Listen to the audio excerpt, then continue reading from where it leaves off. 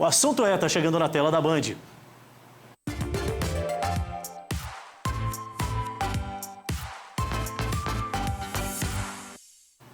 Muito bem, a gente convidou hoje aqui a doutora Flávia Albaine, ela é defensora pública.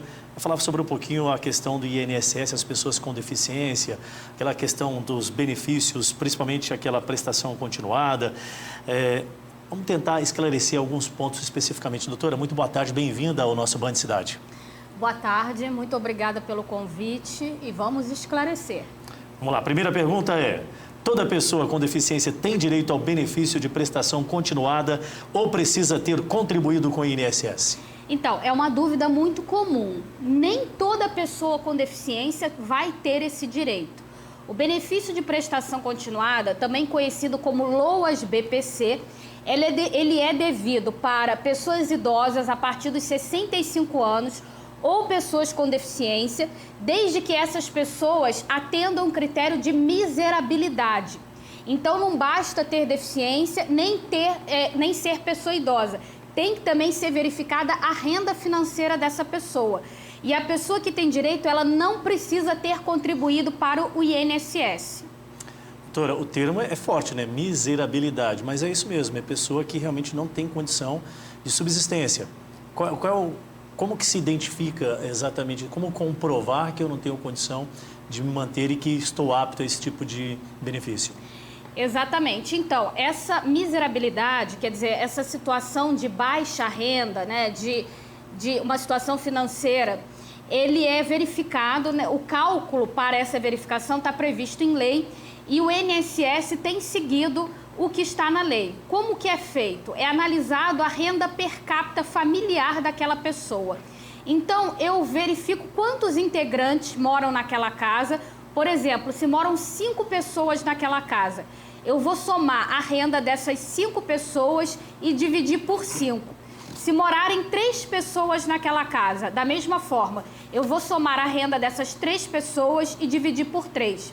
O resultado dessa operação, eu tenho que verificar se é igual, inferior ou superior a 1/4 do salário mínimo.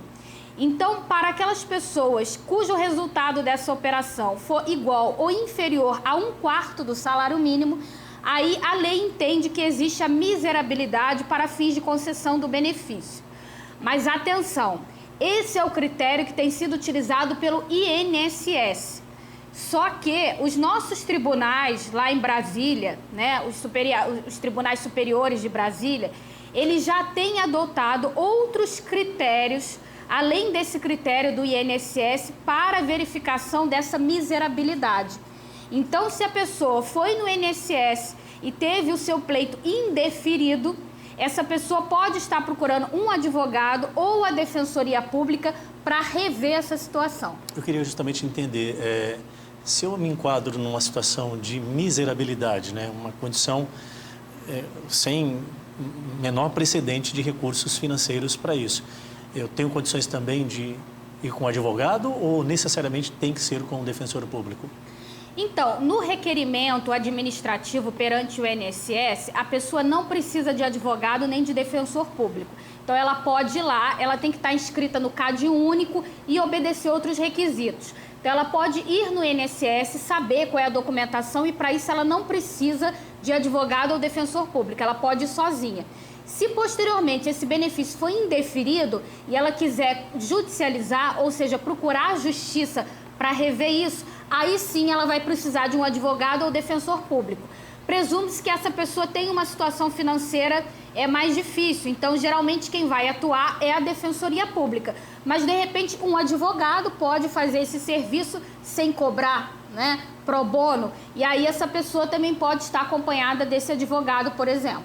Perfeito. A forma de requerer esse benefício, qual o caminho mais adequado?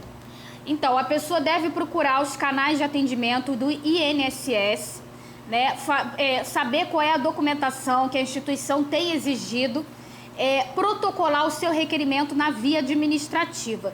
Se ela tiver alguma dúvida, né, ou se esse requerimento for indeferido pelo INSS, aí sim a pessoa pode estar procurando a Defensoria Pública ou um advogado especializado para rever essa situação. Então, o primeiro passo é fazer o requerimento administrativo no INSS. Se, porventura, esse requerimento no INSS não der certo, aí sim pode fazer o requerimento perante a Justiça. Perfeito.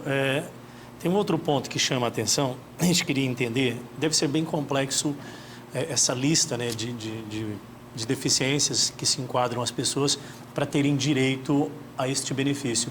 Mas os mais comuns, como é que a gente identifica qual tipo de deficiência vai dar o devido direito para o cidadão? Então, a pessoa ela deve verificar, né, de acordo com o entendimento do INSS, quais são as deficiências que o INSS entende, né, quais são as situações, que o INSS entende como deficiência para fins de concessão do benefício. Então, por exemplo, uma pessoa que tem uma deficiência física, que tem uma deficiência motora, uma pessoa que tem autismo, o autismo para fins jurídicos é deficiência, né? Uma pessoa que tem uma deficiência intelectual grave, severa, todas essas situações, né? Uma pessoa que tem surdez, por exemplo, todas essas situações, elas se enquadram dentro de conceito de deficiência. E é importante esclarecer também que a análise da deficiência para fins jurídicos, para concessão desse benefício, por exemplo, de outros direitos também, ela é uma avaliação biopsicossocial, ou seja, não é uma avaliação meramente biológica do corpo da pessoa, é uma avaliação biológica em conjunto com as barreiras sociais que essa pessoa enfrenta para o exercício dos seus direitos. Então, é uma avaliação biopsicossocial que tem que ser feita por uma equipe multiprofissional, né? Se a pessoa encontrar algum tipo de problema nessa avaliação no INSS, procure a Defensoria Pública. Bom, ficou muito claro que talvez alguma pessoa que tem determinada deficiência e que tem o direito ao benefício, ela não está, ela está apta, inclusive, a desenvolver outro tipo de atividade. Caso ela já esteja recebendo o benefício e consiga alguma atividade profissional para ser desenvolvida, ela naturalmente perde o benefício, pode ser acumulado, cada caso é um caso a ser avaliado. O que a gente tem juridicamente sobre isso? Então, se a pessoa está recebendo o benefício de prestação continuada e ela arruma um emprego, por exemplo, primeiro é importante esclarecer, se ela tiver arrumado um emprego na condição de aprendiz, ela não perde o benefício, na condição de aprendiz. Então, ela pode receber simultaneamente o benefício e a sua bolsa de aprendiz pelo prazo máximo de até 2 anos. Agora, se ela arrumou um outro emprego fora da condição de aprendiz, o benefício ele não é cancelado, ele fica suspenso. O que isso significa? Durante aquele tempo que a pessoa está trabalhando, ela deixa de ganhar o benefício.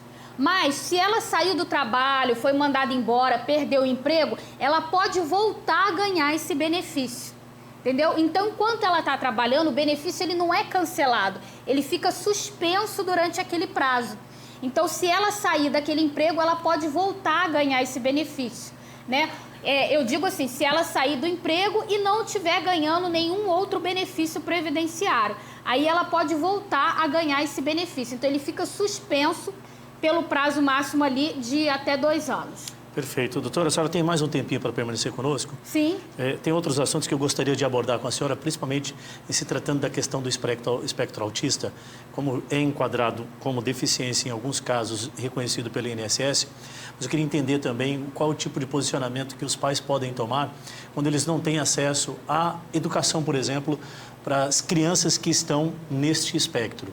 A senhora pode abordar sobre esse assunto? Claro. Me dá só um minutinho.